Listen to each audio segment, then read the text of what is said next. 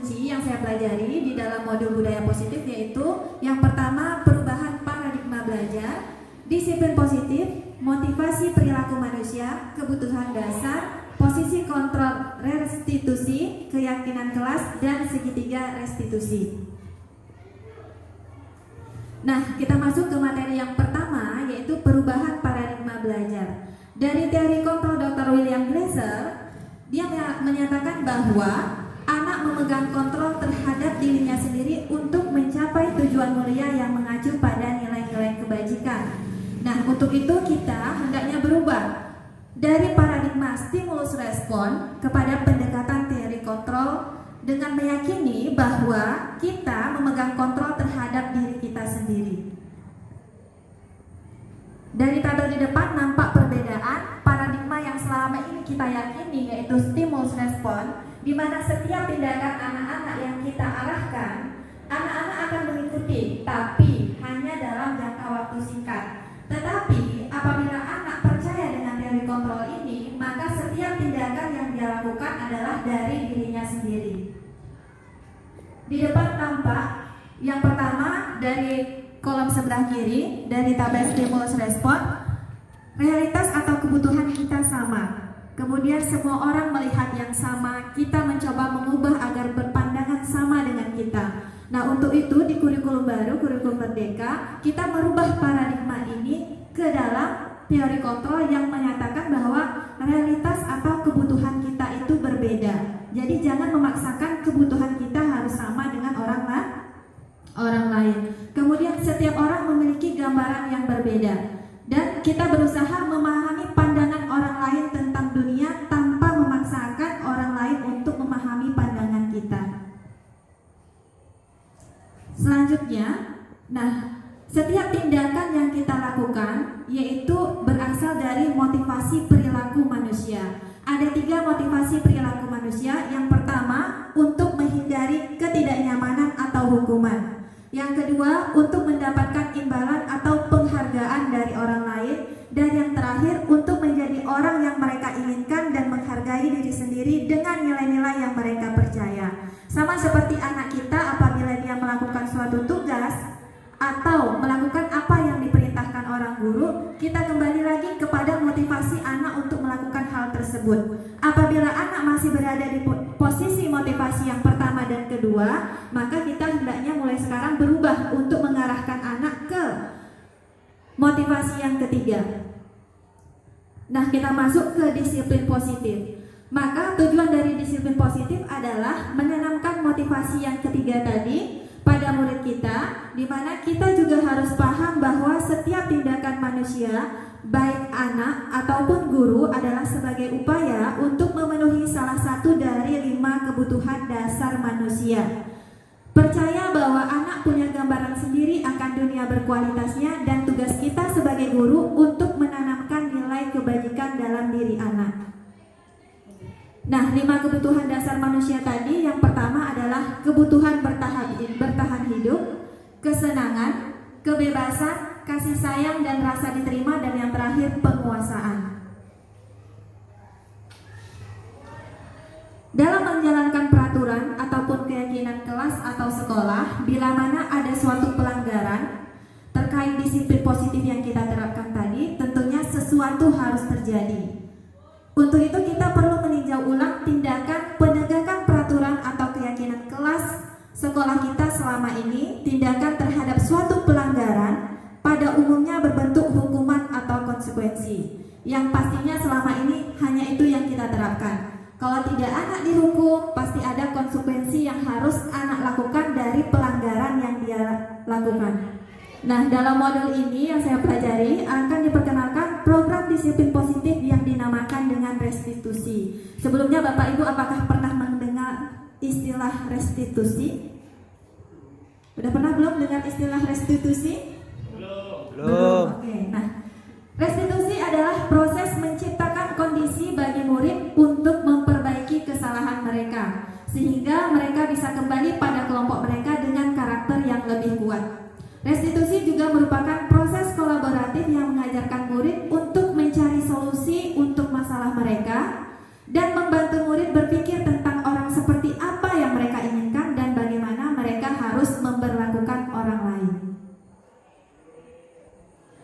Nah, restitusi tadi mengubah identitas gagal pada anak untuk menjadi identitas sukses. Nah, dari sini kita tampak bahwa dengan memberikan hukuman pada anak hanya akan membentuk identitas gagal. Sedangkan apabila kita bergeser sedikit dari hukuman ke konsekuensi, dan kemudian akhirnya kita mampu menerapkan restitusi, maka kita pelan-pelan akan mampu untuk menerapkan identitas sukses pada anak. Nah, untuk langkah awal penerapan disiplin positif, mungkin Bapak Ibu juga boleh mulai dari sekarang menerapkan yang namanya keyakinan kelas. Nah, langkah awal penerapan disiplin positif dengan membuat keyakinan kelas dengan murid sebagai langkah awal menimbulkan motivasi intrinsik pada anak dalam upaya menciptakan budaya positif dari penerapan nilai-nilai kebajikan yang diyakini. Dengan murid memberikan pemahaman keyakinan kelas, membuat murid antusias untuk menyampaikan pendapatnya agar terwujudnya lingkungan positif berupa kelas yang aman dan nyaman bagi murid. Nah, jadi Bapak Ibu sebelum masuk ke tahun ajaran baru atau Bapak Ibu untuk memulai pembelajaran yang baru di kelas, setiap babnya boleh atau setiap awal semester, semua guru, baik guru mata pelajaran atau guru wali kelas, baiknya kita membuat keyakinan kelas dulu dengan murid. Diskusi atau berdialog dengan siswa untuk sama-sama mengetahui kelas apa yang mereka inginkan nantinya. Jadi dengan keyakinan kelas itu berbeda dengan peraturan. Kalau peraturan itu bersifat baku dan memaksa yang guru sendiri memerintahkan anak. Bedanya dengan keyakinan kelas tanpa paksaan, datang dari dalam diri anak sendiri, kelas seperti apa yang dia inginkan. Nah, dengan adanya keyakinan kelas, setiap pelanggaran yang anak lakukan, jadi tadi kembali lagi ke proses restitusi, guru tahu bagaimana untuk bertindak terhadap anak dan anak tahu bagaimana untuk menyelesaikan masalah atau pelanggaran yang dia lakukan. Nah, untuk itu sebagai guru kita harus mampu menempatkan diri kita ke dalam posisi kontrol yang ada di depan. Posisi kontrol yang pertama adalah perilaku kontrol negatif, yaitu sebagai penghukum atau pembuat merasa bersalah. Saya yakin dan saya sendiri juga pernah melakukan itu sebagai guru yang suka menghukum atau membuat rasa bersalah kepada anak.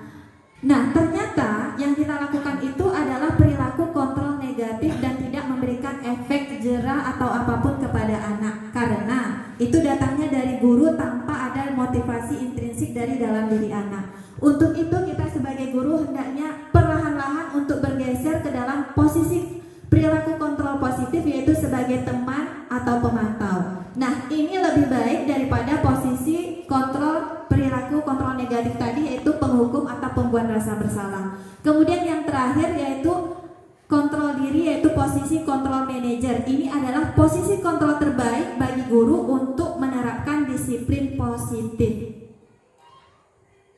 Nah, di sini apa yang guru lakukan? Yang pertama, guru berbuat sebagai penghukum. Pastinya kita pernah menghardik, menunjuk-nunjuk, menyakiti atau menyindir anak ketika dia melakukan kesalahan. Kemudian sebagai pembuat merasa bersalah, berceramah kepada anak yang bersalah tadi, menunjukkan kekecewaan yang mendalam. Pernah seperti itu Bapak Ibu?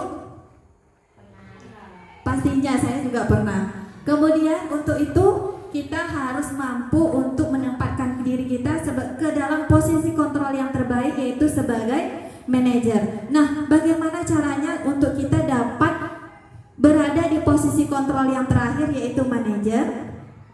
Yaitu dengan menerapkan restitusi, di mana ada 3 langkah dalam restitusi yang dikenal dengan segitiga restitusi. Yang pertama, apabila anak melakukan kesalahan, yang bisa kita lakukan adalah tanpa menyalahkan anak terlebih dahulu seperti posisi kontrol penghukum tadi. Yang pertama kita lakukan menstabilkan identitas, di mana kita semua akan melakukan hal terbaik yang bisa kita lakukan. Apabila anak melakukan kesalahan, misalnya ada anak yang berkata kotor di dalam kelas, jadi kita dekati anak itu dengan langkah restitusi ini. Yang pertama, tanya dulu apa alasan anak melakukan atau berbicara yang kotor tadi. Dengan tahu apa alasan anak, maka anak akan mulai membuka diri dan melanjutkan dengan langkah yang kedua, yaitu validasi tindakan yang salah. Semua perilaku memiliki alasan, di mana sudah tahu alasannya apa, menguatkan anak, memvalidasi. Walaupun tindakan anak itu salah, kita benarkan dulu karena anak sedang berpegang teguh pada prinsipnya untuk memenuhi kebutuhan dasarnya. Baru yang terakhir adalah menanyakan keyakinan. Jadi ini berhubung dengan keyakinan kelas kita tadi. Anak meyakini dulu apa yang dia inginkan di dalam kelas atau di sekolah kita. Ketika ada pelanggaran yang di luar keyakinan kita, kembali lagi ke proses institusi yang terakhir, menanyakan keyakinan. Apakah dia sanggup untuk atau bersedia untuk memperbaiki kesalahan yang dia lakukan.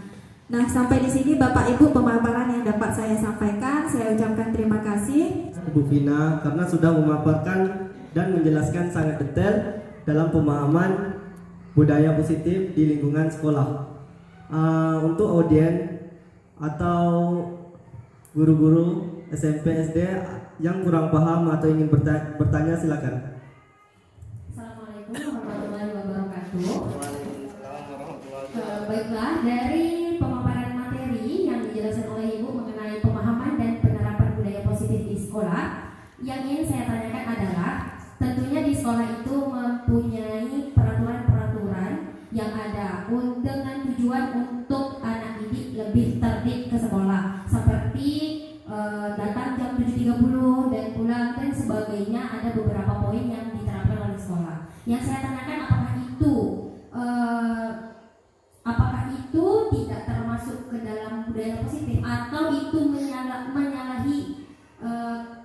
menyalahi poin-poin tentang bagaimana penerapan budaya positif itu di sekolah. Nah, itu saja. Terima kasih. Assalamualaikum warahmatullahi wabarakatuh.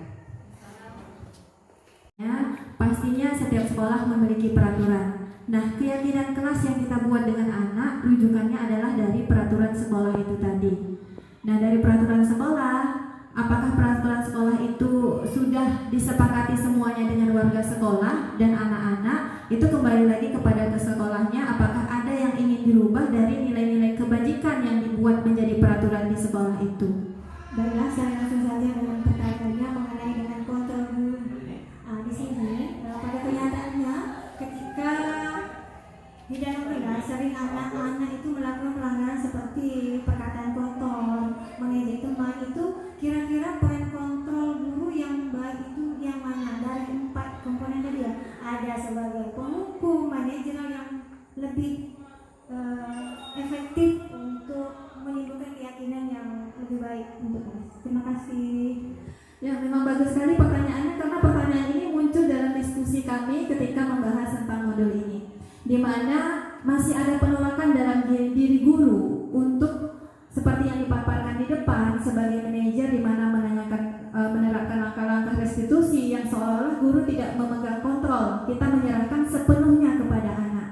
Nah, apabila ada pelanggaran di dalam kelas, kita kembali, yang pertama kita lakukan itu adalah membuat keyakinan kelas. Keyakinan kelas dibuat secara bersama-sama tanpa paksaan. Jadi kita berdiskusi dengan anak-anak di dalam kelas dulu di awal tahun pelajaran atau di awal kita sebelum memulai pembelajaran. Jadi sama-sama kita sepakati apa yang kita tuliskan di keyakinan kelas itu yang merupakan nilai-nilai kebajikan yang sudah kita sepakati dan datangnya dari anak-anak itu. Apabila ada salah satu anak melanggar dari keyakinan kelas yang kita sepakati seperti berbicara kotor, jadi posisi kontrol yang terbaik yang dihadapkan di depan ini supaya kita dapat menerapkan yang namanya disiplin positif adalah manajer. Ya, memang kesannya sulit untuk kita berubah. Selama ini saya menerapkan posisi penghukum kayaknya oke-oke aja, ya kan? Atau membuat anak merasa bersalah maupun anak itu berubah, tapi posisi kontrol itu hanya akan membentuk identitas gagal pada anak karena datangnya tidak dari dalam diri anak. Kemudian posisi kontrol sebagai penghukum, pembuat merasa bersalah atau yang selama ini kita lakukan, kita tidak semestinya harus langsung mengubah ke dalam posisi kontrol manajer. Hadir, menunjuk-nunjuk, menyindir, perlahan-lahan kita berubah ke pembuat merasa bersalah. Nah, setelah mendekati anak, kita boleh berubah lagi ke posisi kontrol sebagai teman. Setelah sebagai teman, minimal sebelum mencapai posisi kontrol manager ini, posisi guru yang baik itu adalah sebagai pemantau. Setelah kita mampu perlahan-lahan mengubah pola pikir kita dan anak juga sudah terbiasa dengan perubahan yang guru lakukan, barulah guru nanti diharapkan dapat menempatkan diri kepada posisi kontrol yang terbaik, yaitu manajer. Dalam diskusi ini berjalan dengan lancar dan ilmunya sangat manfaat untuk kita sebagai guru kedepannya. Karena di dalam materi ini budaya positif di lingkungan sekolah. Anak itu butuh kebebasan. Ya, betul. Anak itu kita sebagai pendidik tidak bisa memaksa. Kita sebagai pendidik itu hanya bisa membawa, mengarahkan. Untuk berubah itu kita tidak bisa. Di dalam Al-Quran sudah ada bahwa murid itu akan berubah di dalam dirinya. Innama a'malu binniyat. Segala sesuatu itu berawal dari niat. Bukan niat guru, tapi niat seorang anak. Baik, makasih untuk saya. Oke, yang seperti Ibu janjikan kemarin, kita hari ini akan membuat yang namanya keyakinan kelas. Kalau keyakinan dengan peraturan itu sama atau tidak? Iya. Apa bedanya? Yang keyakinan itu pada Itu tuh nak melakukan sesuatu itu kan, itu tuh yakin gitu. Kalau melakukan sesuatu harus yakin. Berarti kalau yakin itu datangnya dari mana? Dari hati kita sendiri tanpa paksaan dari orang lain. Jadi itu bedanya keyakinan kelas dan peraturan kelas. Kalau peraturan sekolah yang memberikan kepada anak-anak semuanya, anak-anak diminta untuk mematuhi dan mematuhinya tidak dari hati karena untuk menghindari yang pertama hukuman. Tapi kalau keyakinan kelas kalian melakukan tanpa ada paksaan